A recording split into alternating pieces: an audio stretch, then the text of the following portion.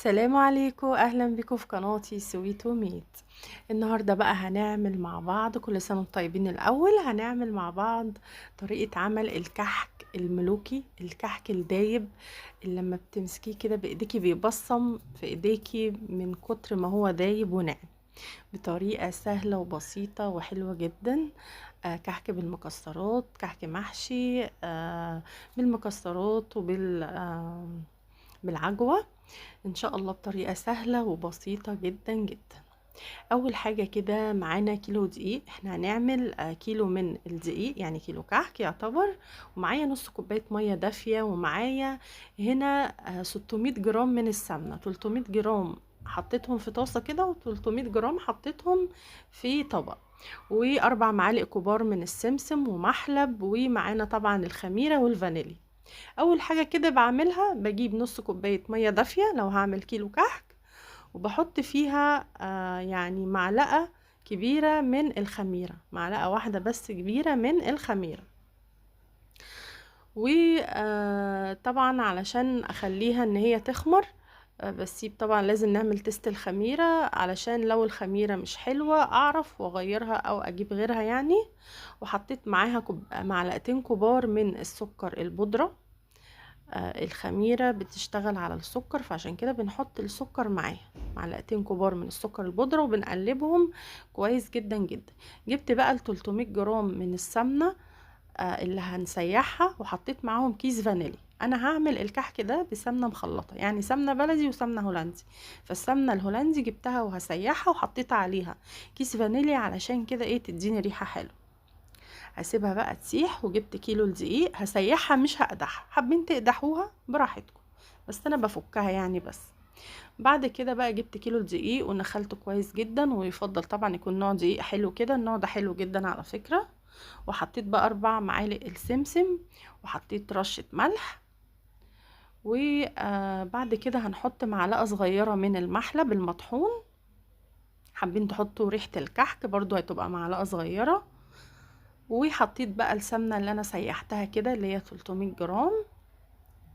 الكحك ده عشان ناعم قوي يا جماعة، لو حابينه مظبوط خليها 550، بس انا حباه كده يبقى ناعم زي المحلات كده. وحطيت بقى بقية ال 300 جرام التانيين، اللي هما البلدي لما بتسيح ريحتها بتروح في الكحك. لو انتوا حابين تعملوا الكحك البلدي كله ما تسيحوهاش، هتلاقي ريحة الكحك فيه السمنة البلدي الحلوة دي.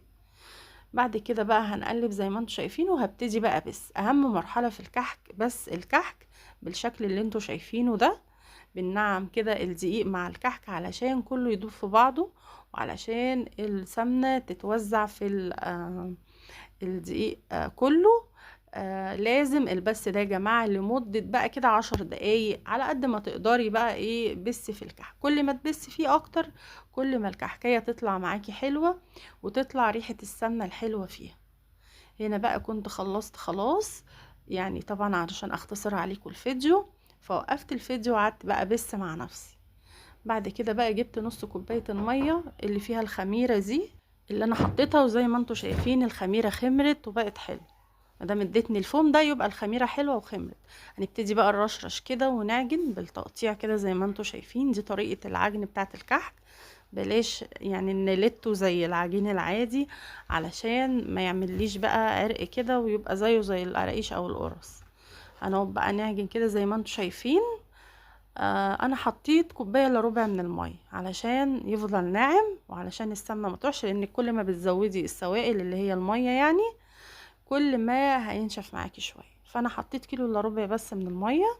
كيلو ايه اسفه، كوبايه الا ربع بس من الميه. وهنبتدي برضو كده نعجن زي ما انتم شايفين. حسيتوه كده مش عارفين تشكلوه ناعم قوي، ممكن ترشوا رشه دقيق كده ايه، لو حسيتوا ان هو يعني مفرق الاول، بس ما تخافوش يعني. هيبقى كحكايه ناعمه وحلوه، مش هيبوظ يعني. خلصت بقى العجن زي ما انتم شايفين. وبعد كده بقى ايه، هبتدي في التشكيل بتاع الكحك. انا زي ما قلت لكم، انا حسيت ان هي عايزه حبه سمنه صغيرين كده، يعني ما كملتش الربع المعلقه. وقعدت برضو اعجن، وهنا بقى التست علشان اعرف العجينة حلوة ولا لا. كنت بكورها كده، اول ما لقيتها بقى حلوة العجينة معايا وتنفع تتشكل، يبقى خلاص كده العجينة بقت مظبوطة زي ما انتوا شايفين. هنا بقى هعمل اول حاجة اللي هو الكحك السادة. يعني هعمل صينية صغيرة سادة كده بالبصامة العادية، وكل ما هتعملوا يعني مثلا بحشوة مختلفة غيروا في الشكل عشان تبقوا عارفين الكحك ده جواه ايه. فانا عملت السادة بالبصامة علشان ابقى عارفة ان هو ده كده يعني ايه الكحك السادة. زي بقى ما انتوا شايفين كده البصمة دي سهلة اوي بصراحة. يعني انا ساعات بعمل الكحك كله بيها، يعني ما ببقى مستعجلة مثلا وعايزة اخلص، ما بياخدش معايا 10 دقايق وببقى مخلصة كيلو الكحك كله في التشكيل. واحنا اول ما بنخلص عجينة الكحك بنشكل على طول، ما بنسيبهاش ترتاح الا بعد ما بتتشكل. يعني مش نقدر نقول تخمر قوي، يعني بنقول ترتاح هي ساعة بعد ما بنشكلها. هنا بقى جبت حتة عجوة كده واحط عليها حتة سمنة صغيرة جدا علشان ما تنشفش في الفرن. لازم حتة السمنة دي علشان لما العجوة بتخش الفرن بتنشف. السمنة دي بقى تخليها طرية حتى بعد ما الكحك يطلع يعني ويقعد فترة. حطيت كده حوالي معلقتين سمسم زي ما تحبوا بقى كده، وتقلبوها بايديكم. لو انتوا العجوة جايبينها ناشفة او مش عارفين تشكلوها بايديكم كده، حطوا نقطة مية سخنة على النار ويسيحوها ووطوا عليها النار، هتلاقوها فكت وساحت. لكن هي بصراحة كانت جاية حلوة وطرية يعني. هنا بقى كنت كورت هكور بقى العجوة، بس للأسف بقى الصدمة ان انا وانا بحشي الكحك بتاع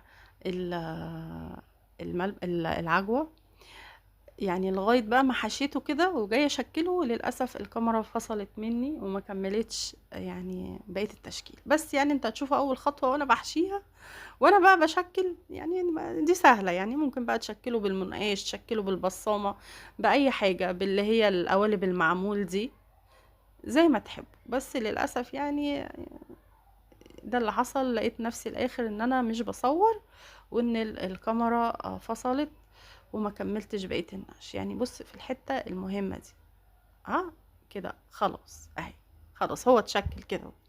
المهم بقى خدت بقى كمية كده من العجينة، وهنا عندي شوية مكسرات مجروشين، اي بقى نوع مكسرات حابين تحطوه. انا كنت حاطه بندق ولوز وعين جمل، جرشتهم كده يعني دقيتهم كده حطيتهم في كيس وبايدي الهون كده ايه كسرتهم. يعني ما اقدرش اقول طحنتهم، زي ما انتم شايفين الحجم كده عشان يبقى باين. وهقلبه في قلب العجينه. ده بقى الكحك الملوكي اللي بيبقى الكيلو منه ب 600 700 جنيه.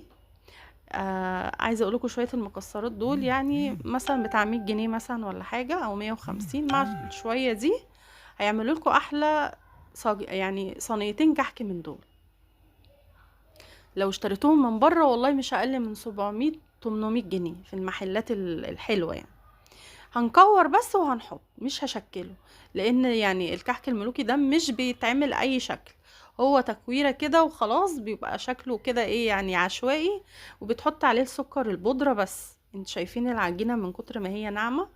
بس هي طبعا الكشاف بتاع الستاند اللي بصور بيه مسخن العجينه شويه فتحسوها سايحه شويه. هنا بقى سخنت الفرن الاول، طبعا ريحت الكحك ساعه، بعد التشكيل ريحته ساعه، وسخنت الفرن قبل ما اسوي حوالي كده 10 دقايق عشان لازم يخش على فرن سخن. وبعد كده عملت درجة الحرارة على 170 وشغلت الشمعة اللي تحت بس. لو انت عندك غاز هتشغلي الفرن من تحت بس. وبعد كده لو احتاج شوايه او لو عندك مروحه شغلي المروحه، احتاج شوايه ممكن في الاخر كده شغلي شوايه بسيط. هنا بقى الكحك اللي انا عاملاه بالمكسرات ده اللي هو المسح ده حلو جدا، عايزه اقول لكم تحفه والله يا جماعه. حتى لو هتعملوه بشويه مكسرات صغيرين كده جربوها هيعجبكم جدا. وهنا بقى يعني كان ناعم جدا، مش عايزه اقول لكم من نعمته كان يعني بيتشال من ايدي كده وانا بعمله. ده الكحك الناعم ده يا جماعه اللي بيتباع في المحلات اللي هو الملوكي. لو مش حابينه ناعم زي ما قلت لكم هتحطوا 750 جرام من السمنه مش 600 على كيلو الدقيق. وهنا الساده بقى شايفين الكحك تعرفوه يعني النقشه لما تفضل زي ما هي تعرفوا ان هو مظبوط ومخدوم كويس والخميره بتاعته كويسه. نفس النقشه اللي عملتها